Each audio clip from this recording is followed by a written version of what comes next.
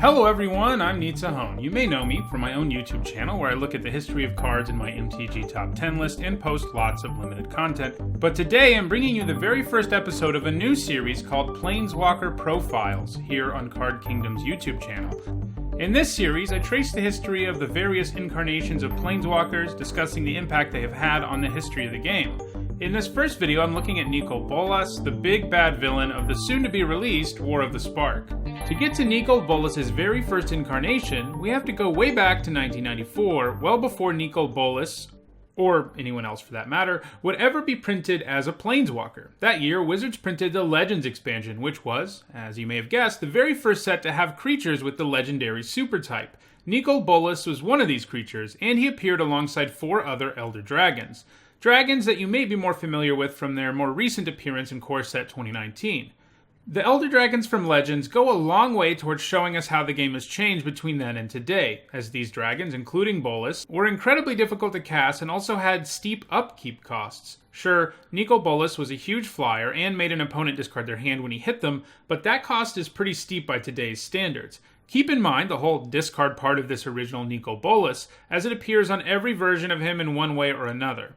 These difficult costs made it so that Nicol Bolas was never a real factor on the competitive scene. However, Bolas and his fellow Elder Dragons did have one major long-term impact on the game. These Elder Dragons were a big part of the history of what is arguably Magic's most popular format these days, Commander, also sometimes called EDH, short for Elder Dragon Highlander. Highlander was already a format when Bolas and the other Elder Dragons came along, and the format got its name from the fact that there can only be one copy of each card in your deck apart from basic lands. The Elder Dragon part came from the fact that the earliest players of this format would choose one of these huge dragons to be their general, what we call a commander now. Then your deck had to be made up only of cards that were the same color as your general, what we call today color identity. Over time, this of course all evolved into what we call Commander today. So, the 1994 Bolas played a role in the genesis of Commander, but he didn't find himself on cardboard again until 15 years later in 2009, where he first appeared on a Planeswalker card with the rather original name of Nicol Bolas Planeswalker. He still came in at a whopping 8 mana, but now he could do stuff right away. Very powerful stuff, like destroying non-creature permanents while he ticked up his loyalty, or stealing creatures by paying loyalty.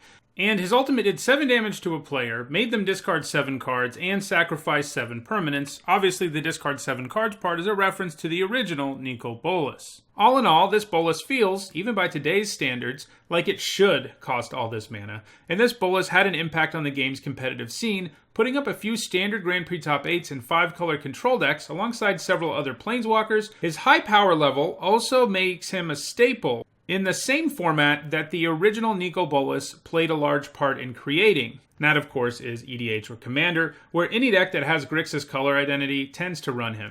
After that, Bolas made his next appearance in Hour of Devastation in 2017, where he had more or less taken over the entire plane of Amonkhet, and this would be, of course, where he would create all of his Eternals that are right now invading Ravnica.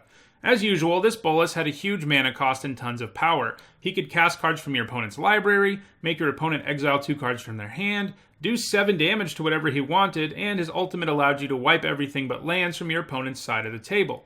All that power meant this Bolas also found his way into Standard, primarily in the sideboards of 4-color energy decks where he could come in as a late-game win condition in grindier matchups.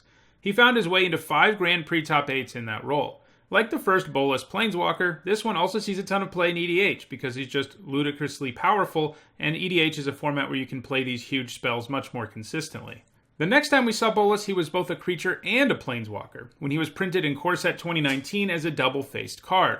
On the front, Bolas was his Elder Dragon self, where he appeared as a 4-mana 4/4 flyer who made your opponent discard a card. Yes, there's the discarding again. Ravager Bolas can then pay 4 generic, a blue, a black, and a red to transform into Nicol Bolas the Arisen, who is, like the other Bolas Planeswalkers, incredibly powerful.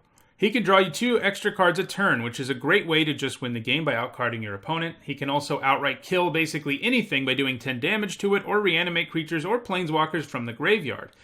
He isn't generally the kind of Planeswalker who ever uses his ultimate, just because the other stuff he does is so powerful that you win the game before he can really get there. But hey, if your opponent managed to gain infinite life or something, you can still kill them by decking them. This Bolas, who is still in Standard right now, has also seen play in Standard control decks, primarily in Grixis ones that are Grixis in large part so they can play Bolas, and in those decks he's put up a handful of Grand Prix top 8s. The nice thing about this Bolas is that you don't have to have a million mana to get him out there, and his Elder Dragon side can just win the game on its own, and if he can't, well, the Planeswalker side can come to the rescue. And all of that brings us to War of the Spark, where Bolas is the primary villain, intent on getting as many Planeswalker Sparks as possible. No surprise, given what we've already gone over, but this new Bolas, Nicol Bolas, the Dragon God, is incredibly powerful. Like all War of the Spark Planeswalkers, he has a static ability, and this allows him to gain the abilities of every other Planeswalker on the battlefield. He can, of course, also draw you cards while making your opponent exile cards from in play or their hand, destroy creatures or planeswalkers, and then has an instant win condition ultimate where he punishes players who don't have legendary creatures or planeswalkers. This Bolas seems like he has a lot of potential in a Super Friends type control deck, something that the 36 brand new planeswalkers in War of the Spark could really help fuel. It will be interesting to see if he can live up to the impressive legacy of all the Bolases that came before him. Well, that does it for this first edition of Planeswalker Profile. If you enjoyed the first episode of this series and want to see more of it, do us a favor and like it and share it so that others can enjoy it too. In the comments, let us know some other Planeswalkers who you want to see featured on a future episode of Planeswalker Profile. For Card Kingdom, I'm Nizzahon, and I'll see you next time.